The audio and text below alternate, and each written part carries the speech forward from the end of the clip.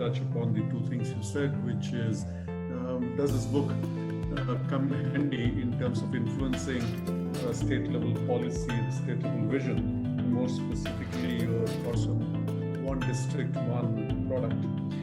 Let me first tell you that I'm very impressed with Mr. Koshy himself and Dr. Koshy actually, as well as the book. I came into the skill ecosystem 5 years ago, and fresh from the IT industry where I've spent all my life. So I approached by first of all telling myself that I need to learn and I need to go to all the people who understand this, the sector, understand the urgency, have deep knowledge. And one of the programs that I studied in the course of that was the DDG program. And when I spoke to people associated with it, Dr. Darlik Koshy's name came up, and it was a dream for me to meet him, which eventually happened a few years after in Bhubaneswar when he came down. He struck me as somebody who is a practitioner, somebody who is an empathetic leader. The reason I'm talking about these things, away from the question you asked me, is because the book is defined immensely with the qualities, the attributes of Dr. Darlik Koshy himself. So the book you'll find is a very practitioner. It's a book that smells of practitioner right through and through. So he's a practitioner as an empathetic leader, a thought leader, and a visionary. Dr. Koshy has immensely contributed to, immensely impressed me. What is also very interesting is that, Mr. Seth alluded to it very rightly, that he's not cynical. Skill is a sector which draws a lot of cynicism. And I must also tell you that every day I myself go through the half empty, half full syndrome. There's so much that needs to be done. And Mr. Seth also was cautionary about us not getting carried away by saying that we will be the skill capital of the world. In a world like that, Dr. Koshy comes across as not an opinionated person, not a cynical person. He clearly acknowledges the role of every program, every government department, every points of view, takes everybody along in short. The book itself is not pedantic, and I kind of half agree with Mr. Seth, and that by being a nifty book, by being a small book, it has become immensely readable. But the book also, Mr. Seth left me hungry for more, and I do wish that Dr. Koshy will share the original document. I would really love it. And a good book should be like that, where it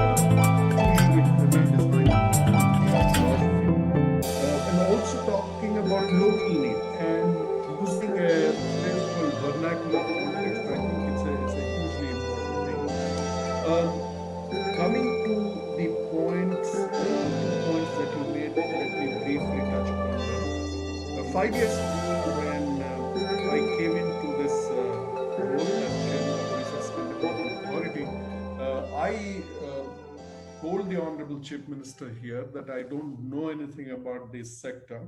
So the first 30 days, I want to be in the field, don't look for me. And in first 30 days, I covered all the 30 districts by road, covering approximately 30,000 kilometers. Okay. During this 30 district visit covering 30,000 kilometers, the things that jumped out at me is, first of all, there is information asymmetry in the skill sector.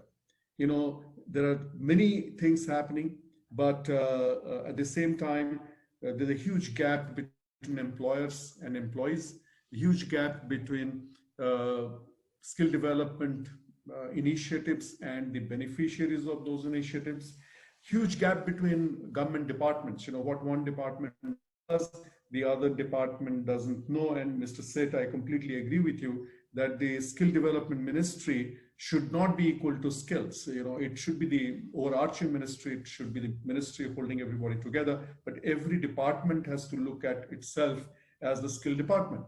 But within the government, if you look at various departments and ministries, they really had no idea. At the district level, the district employment officer does not know what the district education officer is doing, who doesn't know what the district agriculture officer is doing, and so on and so forth. The second thing that occurred to me is the lack of respect for skilled workers.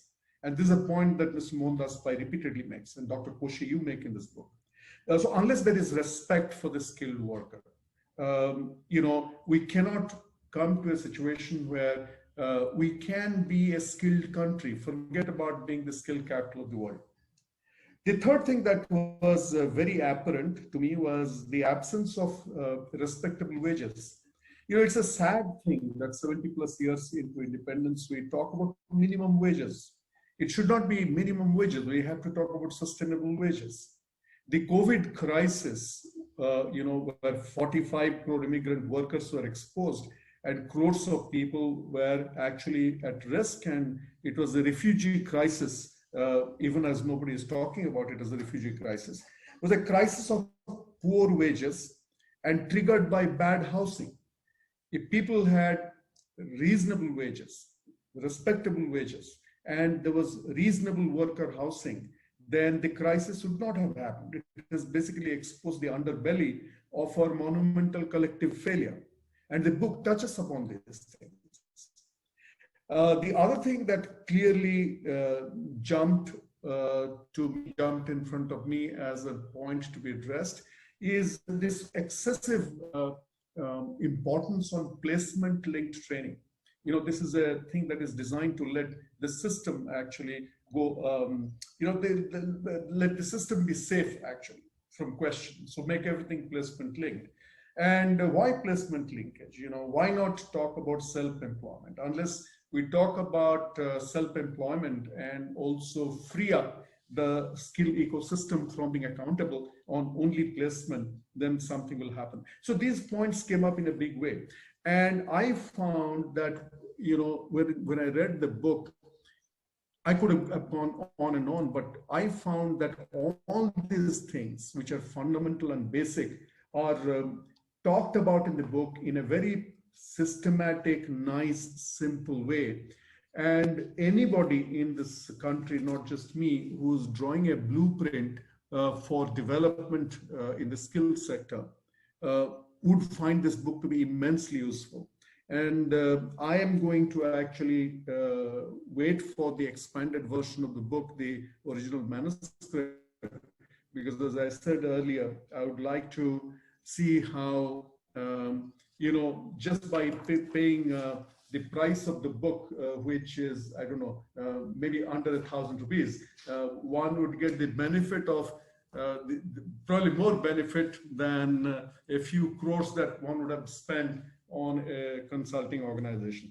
Now, back to your question about one district, one product. I think it's a great idea. The Japanese have a very simple way of putting it. They say that the number 2 is better than number 3. So if you stand second in class, it is better than standing third in class. And the number one is always better than the number two. So if you're the number one in class, it is better than being the number two in class. What do these things do? They actually are about drawing attention. And you cannot make progress unless you first exclude something. You know, life wants to give up something before you can make progress. So to be number one, you need sharp focus. So the moment you say that one district is equal to this one product, then you are no longer swimming in multiplicity. The difficulty of being Indian is that we are always swimming in multiplicity. You know, starting with, nobody wants to have one, traditionally, nobody wanted to have one kid. You have 100 kids so that on an average, you will actually have maybe, 10 of them surviving, and the principle of average will work out in your favor. But, when you say one, you exclude many things, and you then harmonize the attention of an entire system, entire district system, to go wholeheartedly after one thing. So by definition, going by the Japanese principle of one is better than two, it is bound to have a huge impact. But the thing also that we have to keep in mind, and Dr. Mohandas Pai alluded to it, the success of the IT industry. The software technology parks of India, the construct of the STPI, hugely impacted the growth of the software industry, and subsequently the ACZs came up. So core of the one district, one product could be a systemic construct like the STPI for the skill sector. So one STPI actually gave a telescopic impetus to the software industry. So why can't we think about a software technology park of India equivalent, which is actually superimposed on the idea of the one district, one product idea? But in all these things, I must also tell you, though UP has in a sense made it more visible, what bothers me, and I'm going to actually place it on the table but not belabor the point, what bothers me is, it is one thing to talk about one district, one product and those kinds of ideas, but skill inherently flourishes in places where there is no violence. Violent places actually don't succeed in keeping skills. Whenever there is violence, skilled people go away. And when skilled people go away, they carry their skills with them, and those skills never come back. Why I'm saying this is that if you look at the pre-COVID days, the COVID days, and now the post-COVID days, in a very polarized country like India right now, the level of violence has become so high that by talking about only constructs like ODOP and so on, we can trivialize the idea of skills. We need to not only talk about exclusivity, not only talk about building focused skills in a clustered way, which was the intent of the ODOP thing, and use the power of clusters, which we have seen in the textile sector and so on. We need to fundamentally ask about the need for, recognizing that skill and violence don't go together. So what UP is trying to achieve, by this ODOP thing, obviously it will achieve, but it could achieve far more if also at a social level, we see the connection between harmony and skills. In a non-harmonic society, it will be very difficult to do anything which is very sustainable as far as skill is concerned. Now, that said, I believe that there is a lot of scope in terms of further bulwarking around the idea of one product, one district, and it is about special. It is about very sharp focus and so on. But that's a discussion of another day. I'm very privileged to be part of the roundtable. I'm very honored. I'm very looking forward to all the subsequent speakers. I know time is limited. Thank you very much for having me and Dr. Koshi. I'm going to order many copies of this book, and I'm going to make every skill official in the state to read the book. So thank you very much. It has been an absolute delight and a pleasure, and it has been an honor to know you all these years. Thank you, Dr. Bagchi. Thanks a lot for being so generous. Very important points mentioned. You mentioned about Japanese example. Number 1 is better than number 2, and number 2 is better than number 3. And we need to exclude something to gain something. But the challenge India faces is that we are into multiplicity mode generally. The another challenge which you mentioned was very interesting, that violence and skill do not go together long way. So India needs to probably take care on this front. Now, I personally am very fascinated with the going through your background and going through your CV, that you have such a fascinating range of experience. You are establishing Word Skill Center in Bhubaneswar, where benchmarking of skills is being done at global level. So wondering whether the Odisha skill model could be adopted by other states in India. That is my first question. The second is that you have expertise in understanding IT with your own company, Mindtree. Just wondering that fashion could have been a great winner if IT could help fashion industry in getting digitalized in major way, in an optimum way. What is your take on this, Dr. Bagchi? So again, I really don't want to hog airtime here, and I was feeling very guilty that I spoke so much. I really want to hear the others because I don't get a chance. So I'll be very, very brief with the two things that you talked about. One is you talk about the Odisha model. Now, it was the vision of the state 5 years back when I came on board, that we will want to be a sandbox of innovation. Odisha was not known at that point in time as it was always known for its art, literature, culture, heritage, but nobody thought of Odisha for robotics, or when you were looking for an undersea welder, you did not think about Odisha. So we needed to change that. And for that, vision was created, which was a fourfold thing. One was that we said that we need not just to do skilling, but we need to build a brand called Skilled in Odisha, like made in India, or made in Switzerland, or designed in California. So people should say, are you skilled or are you skilled in Odisha? What that really meant was that in the short term, corporate India should make a beeline to hire from Odisha.